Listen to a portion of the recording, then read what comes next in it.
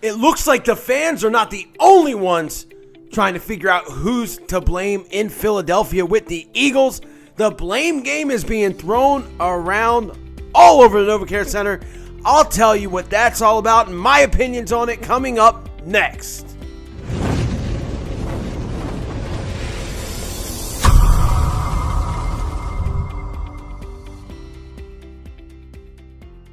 Welcome back, everybody, to another episode of the Eagles News Now podcast. I'm professional wrestler Chris Wilde, live from bar 4133, and there are reports of more thunder in paradise with the Philadelphia Eagles, as it's not just us fans who are wondering who's to blame for the Eagles' recent struggles.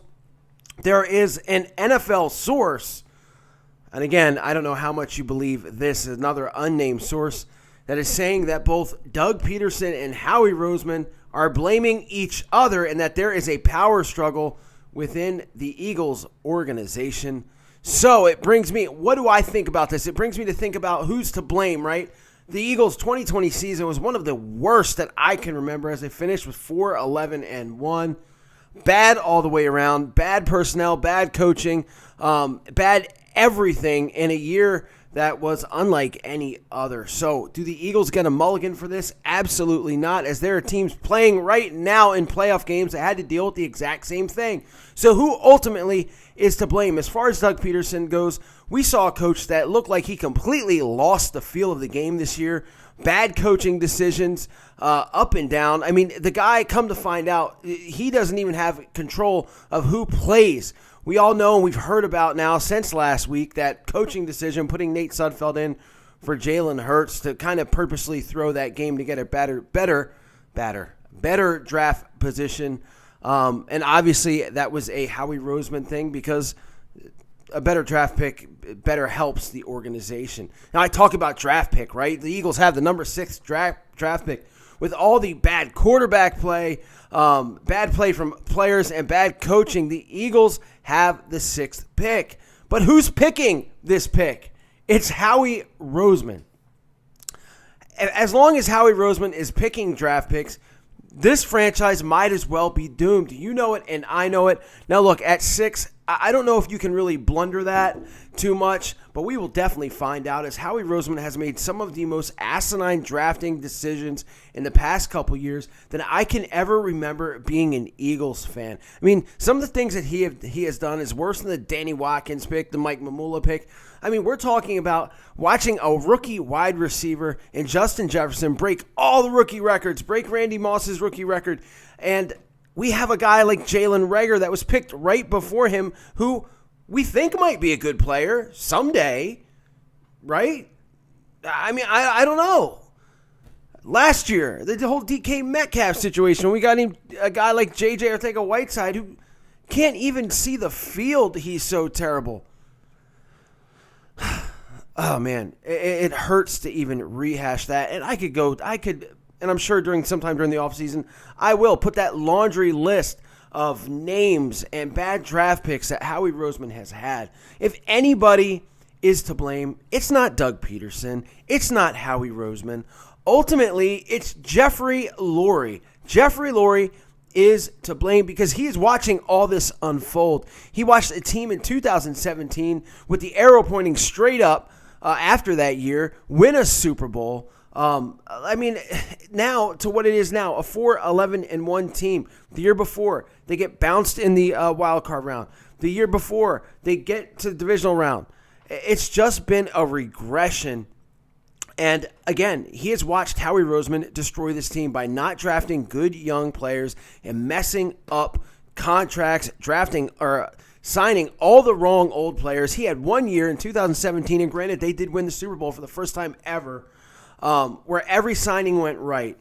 Ever since then, it's just been botch after botch after botch after botch, which means Jeffrey Lurie is ultimately the one to blame. You just don't watch, if you're a restaurant owner, you don't watch the manager have staff that make the worst food and eventually drive your patrons somewhere else. Eventually, you get rid of that manager. For whatever reason, Jeffrey Lurie absolutely loves Howie Roseman. Again, I get it, Super Bowl 2017, but at what point is enough enough?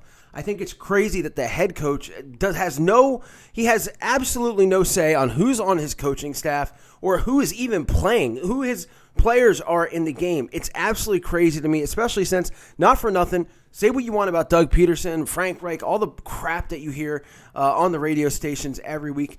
The guy is a Super Bowl winning coach. This is a guy that I guarantee you these other teams with head coaching vacancies would love to have in their building. For whatever reason, he's got zero power, and I get it. He lost his field of game this year. Injuries upon injuries upon injuries probably had a little bit something to do with that. Again, he was not great at all at play calling or using his personnel. Miles Sanders, that game against Dallas where everything mattered at the end of the year, had 7 touches. I mean, look, he had a bad year as a head coach. I still think the guy deserves another year to get it right and give the guy a little bit of control. And look, maybe the solution is what Denver just did. I don't know if you guys have seen, but Denver promoted John Elway from that GM position. They promoted him. I don't know what the hell he's overseeing, but they gave him a promotion. So now they're going to hire a GM. So basically, they don't want to fire John Elway. Obviously, that would be crazy in Denver. They just give him this promotion, and they're going to hire a GM now to draft and make player personnel decisions. That would be great for the Eagles. Look, Jeffrey Lurie, if you love Howie Roseman so much, if you absolutely love this guy and you don't want to see him go and you don't want to see him leave the building and you don't want to stuff him in a locker, you don't want to stuff him in a closet like Chip Kelly did, then just give him this promotion and have him oversee everything else except for drafting and player personnel. You might not want him to oversee contracts either if you've seen some of the ones he's recently done. But either way, you don't want this guy anywhere near player decisions. Absolutely not, because I'm telling you, it's just not going to turn out well. It's not.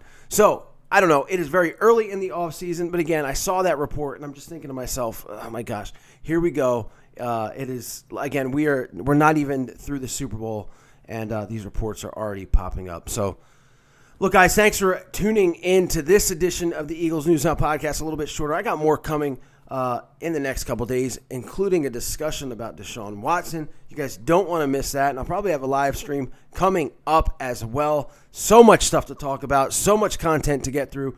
Thanks, everybody, for watching. Thanks, everybody, for subscribing, hitting that like button, and supporting us at ENN, Eagles News Now.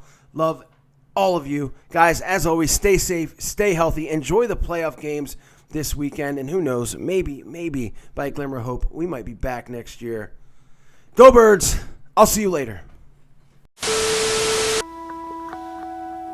It's the Thuggish Ruggish Bone. It's the Thuggish Ruggish Bone. It's the Thuggish Ruggish Bone. It's the Thuggish Ruggish Bone. Gotta pound it. It's the Thuggish Ruggish Bone. It's the Thuggish Ruggish Bone. It's the Thuggish Ruggish Bone. It's the Thuggish Ruggish Bone. It's the Thuggish Ruggish Bone. It's the Thuggish Ruggish Bone.